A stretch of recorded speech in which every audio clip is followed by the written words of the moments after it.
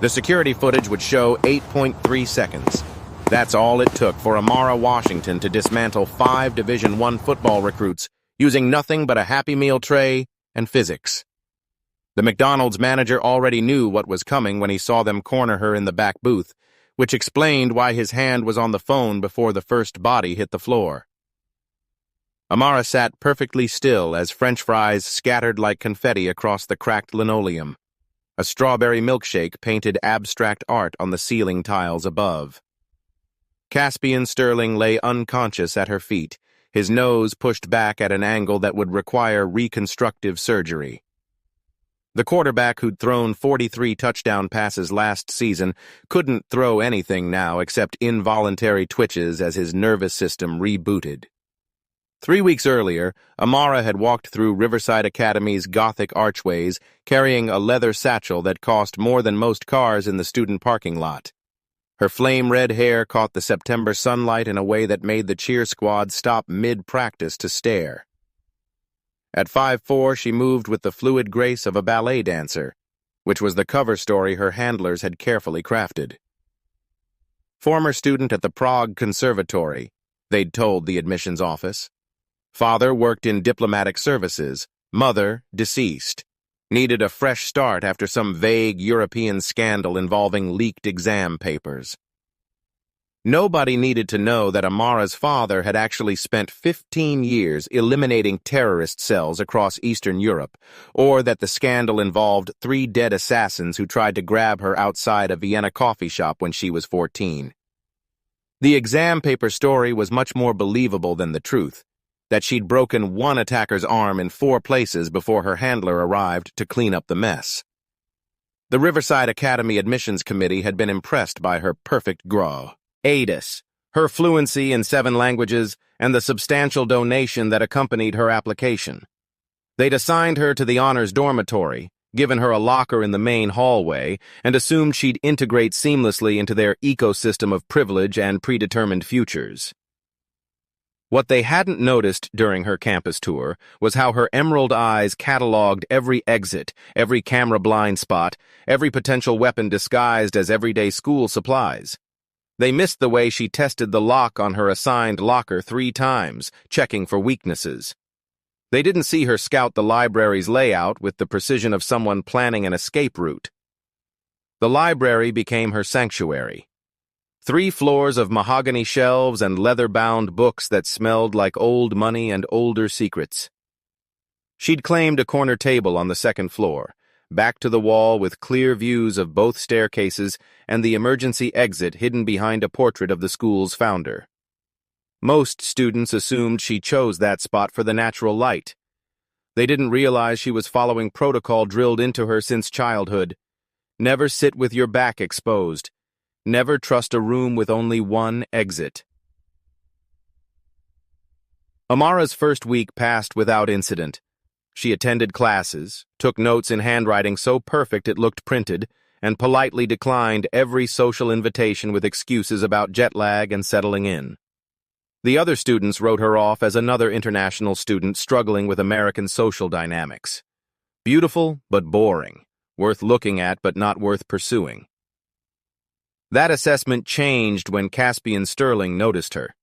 Standing 6'2", with the kind of bone structure that belonged on magazine covers rather than football fields, Caspian ruled Riverside Academy with the casual cruelty of someone who'd never heard the word no spoken with genuine conviction.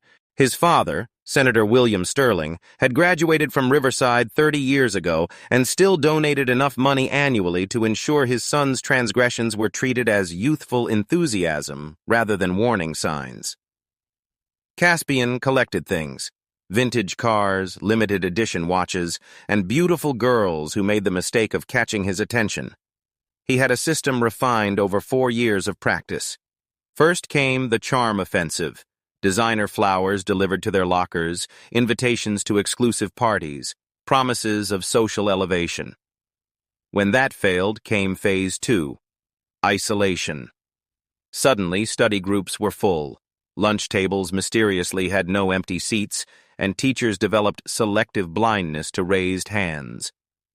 The few who held out longer faced phase 3, which Caspian called pressure testing. That's when his crew got involved. The crew consisted of 4 carefully selected players from the football team. Thaddeus Morrison, nicknamed Tank for obvious reasons, stood 6'5" and weighed 280 pounds of muscle mass that had already secured him a full ride to Alabama.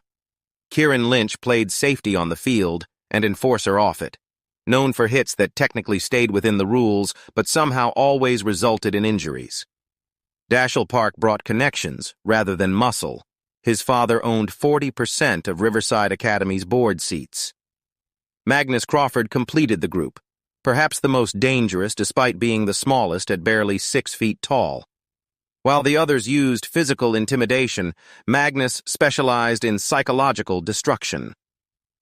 Together, they formed what other students privately called the Riverside Five, though never within earshot. They moved through campus like apex predators, taking what they wanted, destroying what bored them, protected by money, connections, and the administration's willful blindness. Amara appeared on their radar during her second week when she made the mistake of being beautiful while walking past their table in the dining hall. Caspian's eyes tracked her movement with the focus of a hunter spotting prey, already calculating angles of approach, methods of isolation, timelines for conquest. New girl, Tank observed unnecessarily. Exchange student, Dashiell added, already pulling up her information on his phone. Amara Washington, Prague. Father, some kind of diplomat. Clean academic record, no social media presence. That last detail made Magnus lean forward with interest. Everyone had social media. The absence of it suggested either extreme privacy consciousness or something worth hiding. She's mine, Caspian declared with the casual certainty of someone calling dibs on the last slice of pizza. The campaign began the next morning with a bouquet of white orchids delivered to her locker, accompanied by a card written in Caspian's practiced calligraphy.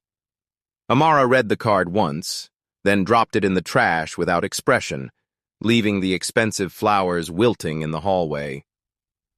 Caspian, watching from his usual corner, felt something he rarely experienced: genuine surprise. Girls didn't throw away his invitations. This required recalibration. Phase 1 continued for 3 days. More flowers, each arrangement more elaborate than the last. An invitation to his father's campaign fundraiser. Box seats at the opera his mother patronized. Each offering was politely declined or simply ignored, Amara moving through her routine as if Caspian Sterling didn't exist. By Thursday, his crew was starting to notice. Whispers spread through the football team about Caspian losing his touch. His reputation, carefully maintained through 4 years of calculated victories, was developing cracks. "Time for Phase 2, he announced Friday morning, his jaw tight with the kind of anger that preceded bad decisions. The isolation began subtly. Amara arrived at her usual library table to find it occupied by study groups that seemed to multiply whenever she approached. The computer labs were suddenly fully booked whenever she needed to print assignments. Her name mysteriously disappeared from sign-up sheets, forcing her to work during lunch periods when rooms were empty.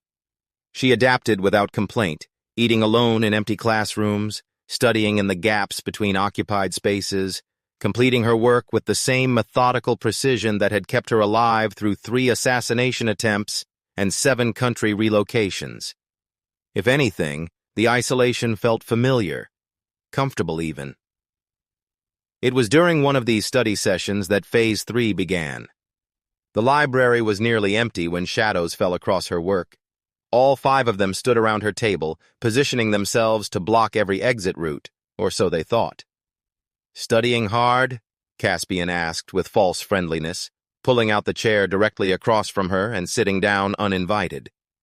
The others remained standing, Tank behind her left shoulder, Kieran at her right, Dashiell blocking the path to the main stairs, Magnus positioned near the emergency exit she'd scouted on her first day. Amara's hand stilled on her pencil, but she didn't look up. "The library has a no-distraction policy." "We're not a distraction. We're an opportunity. See, you're new here, so you don't understand how things work. This school runs on relationships, connections, the right friends opening the right doors. She finally raised her eyes, meeting his gaze with the kind of steady assessment that made him unconsciously lean back. I understand perfectly.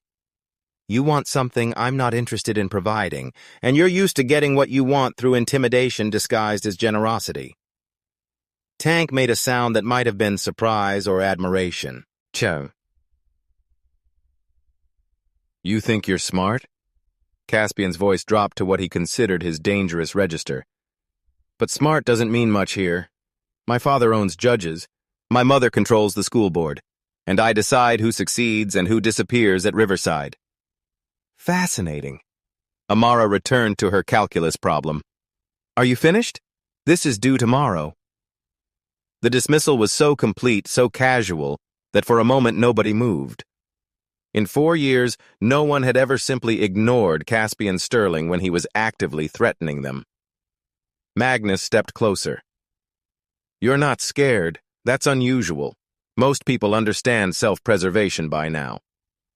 Amara set down her pencil with deliberate precision and looked at each of them in turn. Fear requires a threat. You're 5 teenage boys who've mistaken inherited power for personal strength. That's not threatening. It's just sad. She began packing her materials with unhurried movements, placing each book in her bag with the same care someone might use handling explosives. Actually, she stood, her bag over one shoulder, he is.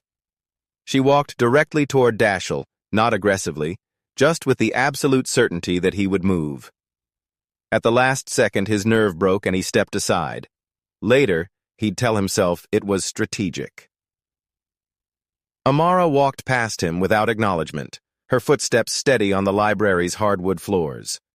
Behind her, Caspian's face had turned an interesting shade of red that suggested Phase 4 was about to be invented specifically for her. The weekend passed with deceptive calm. Magnus spent it taking surveillance photos, documenting her routine with the patience of someone who understood that information was more valuable than muscle. He noted the way she checked her surroundings every 30 seconds, the defensive positioning of her belongings, the fact that she never used headphones despite being alone. These were the habits of a diplomat's daughter worried about exam scores. Monday arrived with crisp autumn air that made everything feel sharper. The first sign of escalation came during second-period chemistry, when Amara opened her textbook to find photos tucked between the pages. Pictures of her at the public library, at the gym, walking to her dormitory, taken from distances that suggested surveillance rather than coincidence. Each photo had a single word written on the back. You're never really alone. She examined each photo with clinical detachment, noting angles and timestamps, then placed them in her bag as evidence for a file that was growing thicker by the day. Lunch brought the next escalation. The cafeteria was packed when Tank appeared at her corner table, his massive frame blocking out the overhead lights. This table's taken, he rumbled, despite the obvious absence of any other occupants. Then they're very late, Amara began, eating with mechanical precision. Tank reached for her tray with casual confidence, intending to dump it in her lap in a recreation of countless humiliations he'd performed over the years. His hand never reached its target. Amara's movement was so small, so subtle, that witnesses would later disagree on what exactly happened. Her hand seemed to barely twitch, but suddenly Tank was stumbling backward, his wrist bent at an angle that sent shooting pains up his arm. Oops, Amara said mildly, continuing to eat. You should watch where you're reaching. These tables are closer together than they look. The cafeteria had gone quiet. Hundreds of eyes watching this unprecedented scene. A girl a third of Tank's size had just made him retreat without even standing up. Phones appeared like mushrooms after rain. Tank looked around for support, finding Caspian by the entrance with an expression that promised consequences. The quarterback made a small gesture, calling off whatever Tank had been planning to do next. Tea. Video clips were already spreading through group chats, but Caspian Sterling didn't become king of Riverside by accepting defeat. He spent the afternoon adjusting his strategy, recognizing that Amara Washington wasn't going to break from conventional pressure. "Found something interesting," Magnus reported when they met after practice. "There's a gap in her records, 6 months when she was 14, where she just doesn't exist in any system. Then she reappears in Prague with a different last name before changing back to Washington. Witness protection?" Kieran suggested. "Or something worse." Magnus pulled up a news article on his tablet. Vienna, 3 men found dead in an alley. Professional execution-style kills. Same day Amara's gap starts. Caspian studied the article, his mind already working through possibilities. So, our ice princess has secrets. Perfect. Everyone breaks when their secrets are threatened with exposure. They agreed to meet Thursday after school at the McDonald's just off campus, the one place where Riverside's security cameras couldn't reach, but where enough students hung out that any confrontation would have an audience. Thursday arrived with gray skies that threatened rain. 3:47 p.m. Found Amara at McDonald's, sitting in a back booth with a Happy Meal spread before her, the toy still in its plastic wrapper. Her attention seemed focused on chemistry homework she was completing between bites of chicken nuggets. The choice of meal was deliberate, calculated to project harmlessness, youth, vulnerability. The Riverside Five entered at 3:52 p.m., their coordination suggesting military precision. They spread through the restaurant with practiced efficiency. Dashiell at the main entrance, Kieran covering the side exit, Magnus positioning himself where he could record everything, Tank and Caspian approaching her booth directly. "Studying hard?" Caspian slid into the booth across from her, the vinyl squeaking under his designer jeans. Amara didn't look up from her chemistry equations. The nutritional content of McDonald's food provides an interesting case study in molecular bonds breaking down under heat stress. "Funny. But we're not here to discuss your homework." Caspian reached across the table and closed her textbook with deliberate slowness. Now she raised her eyes, and something in them made Tank shift uncomfortably despite his size advantage. "Then you're wasting both our time." "You've been at Riverside for 3 weeks, Caspian leaned forward. 3 weeks of disrespect, of acting like you're above the natural order of things. That ends today." Amara picked up a chicken nugget, examined it with scientific interest, then took a precise bite. "Natural order implies evolution and adaptation. You're more like a vestigial organ, unnecessary, but too insignificant to require surgical removal." "You think you're untouchable?" "That little trick with Tank's wrist was lucky, but luck runs out, especially when you're outnumbered 5-1. "Actually," Amara wiped her fingers on a napkin with methodical care, "it's 5-2. Caspian glanced around, confused. "2? "Me and mathematics. You see, force equals mass times acceleration, but that assumes linear movement.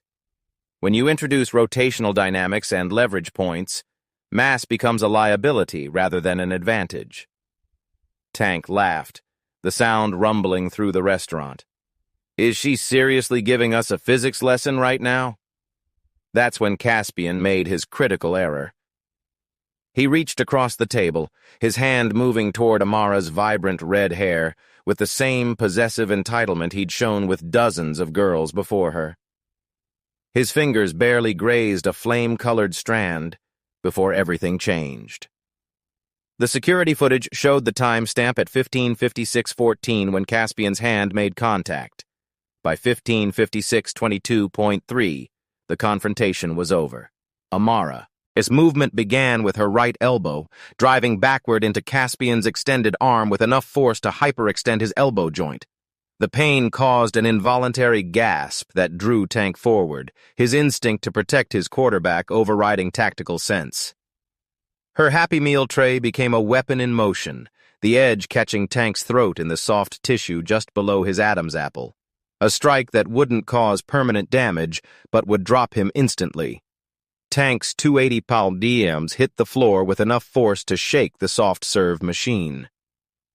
Kieran abandoned his post at the side exit, charging forward with aggressive speed. Amara pivoted on her heel, using the booth's table as a fulcrum, her foot connecting with his knee from an angle that human joints weren't designed to accommodate. The sound of ligaments tearing was audible even over the screaming that had started from other patrons. Dashel discovered that wealth provided no protection against someone who'd been trained to neutralize threats since childhood. She didn't even strike him, just redirected his panicked lunge into the edge of a neighboring table. He collapsed, unconscious before he hit the ground. Magnus, the smart one, stood frozen with his phone still recording. Amara's hand moved toward his neck, stopping millimeters from his carotid artery, close enough that he could feel the displaced air from her strike. "Still recording?" she asked pleasantly. He nodded, unable to form words. "Good. Make sure you get their medical treatment in frame. It helps with the self-defense claim."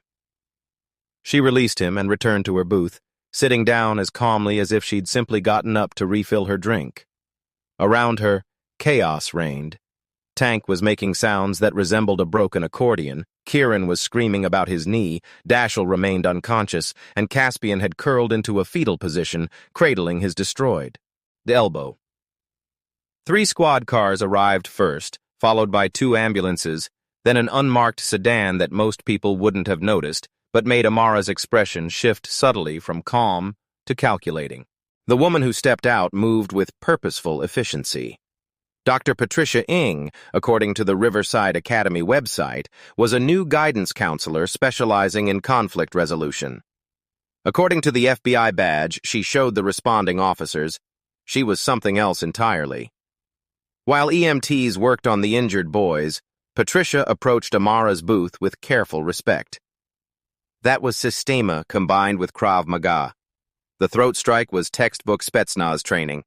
Mind telling me where a 17-year-old diplomat's daughter learned Soviet Special Forces techniques? YouTube is very educational these days, Amara replied, but her eyes were scanning the restaurant's periphery, noting the additional unmarked vehicles in the parking lot. Patricia sat down across from her, pulling out a tablet that displayed footage not from McDonald's security cameras, but from a satellite feed. 3 years ago, Vienna. 3 dead contractors from the Koslov syndicate. Witness reported a teenage girl at the scene who disappeared before local police arrived. Interesting story. Sounds like something from a movie. 2 years ago, Prague. A human trafficking ring targeting international students gets exposed when someone sends detailed financial records to Interpol. The metadata traces back to a computer in a youth hostel where a girl matching your description stayed for 1 night. Amara remained silent. 18 months ago, Berlin. A terrorist cell planning an attack on a diplomatic summit finds their safe house compromised. The only surveillance footage shows someone your height and build leaving the building 5 minutes before it exploded from a gas leak that forensics said was impossibly accidental. "You seem to be suggesting something," Amara finally said, her accent slipping momentarily to reveal something harder, more Eastern European. Patricia leaned back. "I'm suggesting that Amara Washington isn't your real name, that your father isn't just a diplomat, and that you're here for reasons that have nothing to do with education. My name is legally Amara Washington. My father does work in diplomatic services, and I am here for education, just not the kind found in textbooks." Patricia's tablet beeped. She read the message, her eyebrows rising slightly. "Interesting. Caspian Sterling's father just called the governor, the state attorney general, and someone at the Justice Department demanding your arrest. Meanwhile, Magnus Crawford's phone has been remotely wiped, presumably by you, eliminating the original footage." I was eating nuggets. Hard to hack phones while eating. The manager's security system uploaded everything to a cloud server that coincidentally belongs to a company that doesn't officially exist, but has ties to certain 3-letter agencies. Almost like someone wanted to ensure the footage survived any local interference. Amara's smile was small but genuine. "That does sound convenient." Patricia stood, leaving a business card on the table. Not the one identifying her as a guidance counselor, but one with just a phone number and a symbol that Amara recognized. The Kozlov Syndicate has been trying to establish operations in American prep schools, recruiting privileged kids with criminal tendencies, turning them into assets before they reach positions of power. Riverside was supposed to be their test case. Was. Magnus Crawford's sealed juvenile records included connections to Eastern European IP addresses. Dashiell Park's father has been receiving payments from shell companies linked to Kozlov money laundering operations. The whole Riverside Five was being groomed, though only Magnus knew it. Amara processed this information, pieces clicking into place. So you knew who I was from the beginning? We knew someone was coming. Your handler in Prague has been in contact with us for months. Project Haven isn't as secret as your father thinks. The truth about Amara's past was both simpler and more complex than anyone at Riverside could have imagined. Her father, whose real name appeared in no official database, had spent 20 years eliminating threats to NATO interests across Europe. Her mother, dead when Amara was 9, had been collateral damage in an operation that went wrong in Budapest. Since then, Amara had lived in safe houses, training facilities, and diplomatic compounds, learning 17 ways to kill with her bare hands before she learned to drive. Project Haven was supposed to give her a normal life, a chance to be a teenager without looking over her shoulder for assassins. Instead, it had placed her in a school that was secretly being used to recruit and train the next generation of criminal elite. The FBI wants to offer you a deal, Patricia said. Testify about what you've observed at Riverside. Help us understand how students were being recruited and groomed. In exchange, we ensure your safety and your father's cover remains intact. And if I refuse, then you're just a 17-year-old girl who defended herself against 5 attackers. Self-defense is legal, though the boys' families might try civil suits. Of course, discovery in those suits might reveal interesting information about their son's connections to organized crime. Amara stood, leaving her Happy Meal unfinished. I'll consider it, but first, I have homework to complete. The chemistry assignment is due tomorrow, and maintaining my cover means maintaining my grades. The next 72 hours transformed Riverside Academy into a law enforcement convention. FBI agents interviewed students, forensic accountants examined financial records, and computer specialists dissected every digital communication from the past 3 years. The investigation revealed a network of corruption that extended far beyond 5 bullying football players. Arrests were made, including 3 board members, the athletic director, and 2 state judges. Senator Sterling resigned to focus on his family. Dashiell Park's father fled to a non-extradition country. Magnus Crawford turned state's evidence in exchange for witness protection, his testimony revealing recruiting methods and plans to expand operations to 12 other prep schools. Through it all, Amara attended classes, completed assignments, and maintained her perfect GPA as if nothing had changed. Students gave her a wide berth in hallways, some from fear, others from respect, most from uncertainty about how to interact with someone who'd single-handedly exposed and destroyed a criminal conspiracy. 3 months after the McDonald's incident, she sat in the same booth eating another Happy Meal when Patricia Ng joined her uninvited. Still investigating? Observing. You've been teaching self-defense to other students. The gym was available. Skills are meant to be shared. Patricia placed a folder on the table. We have another situation, a prep school in Massachusetts. Similar patterns of recruitment and grooming. We need someone inside. I'm not a federal agent. I'm 17. You're someone who's been preventing crime since you were 14. This would just make it official, or at least adjacent to official. Amara opened the folder, scanning information about Blackstone Preparatory, about missing students and sealed police reports, about connections to human trafficking rings that made the Kozlov Syndicate look amateur. If I do this, I want something in return. Name it. There's a girl in Prague, Anna Volkov, 15 years old. Her father was one of the men who died in that Vienna alley. She's been in hiding since then, moving between safe houses, never staying anywhere long enough to have a life. Patricia nodded slowly. You want her brought here, given the same chance you were given. She deserves to be more than collateral damage in her father's choices. I'll make it happen. They sat in comfortable silence while Amara finished her nuggets, two professionals who'd seen too much violence pretending to be a counselor and student having an after-school snack. The door chimed and a new customer entered. A girl, maybe 17, with raven black hair and the kind of balanced movement that suggested dance training or something more practical. She ordered a coffee, black, and chose a booth where she could watch every entrance while appearing to read a book. Amara and Patricia exchanged glances. She's not one of ours, Patricia said quietly. No, but she's something. The way she holds that book. It's blocking sight lines to her right hand. Classic defensive positioning. The girl looked up, meeting Amara's gaze directly. For a moment, something passed between them. Recognition without knowledge, understanding without words. Then she returned to her book, dismissing them as unimportant. Nix Romanov, Patricia read from her phone, transferred from a private school in Moscow yesterday. Father in international banking, mother deceased, living with an aunt in Greenwich. Moscow doesn't transfer students in the middle of term without reason. No, they don't. As Amara passed the new girl's table, she noticed something that made her pause imperceptibly. A thin scar on the girl's wrist, partially hidden by an expensive watch, the exact same position as Amara's own scar from knife defense training when she was 12. Outside in the parking lot, Amara's phone buzzed with a text from an unknown number.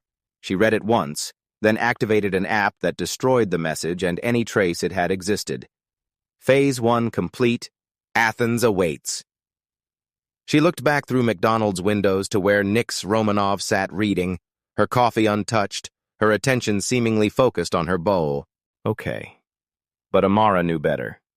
She recognized a hunter pretending to be prey, a weapon disguised as a student.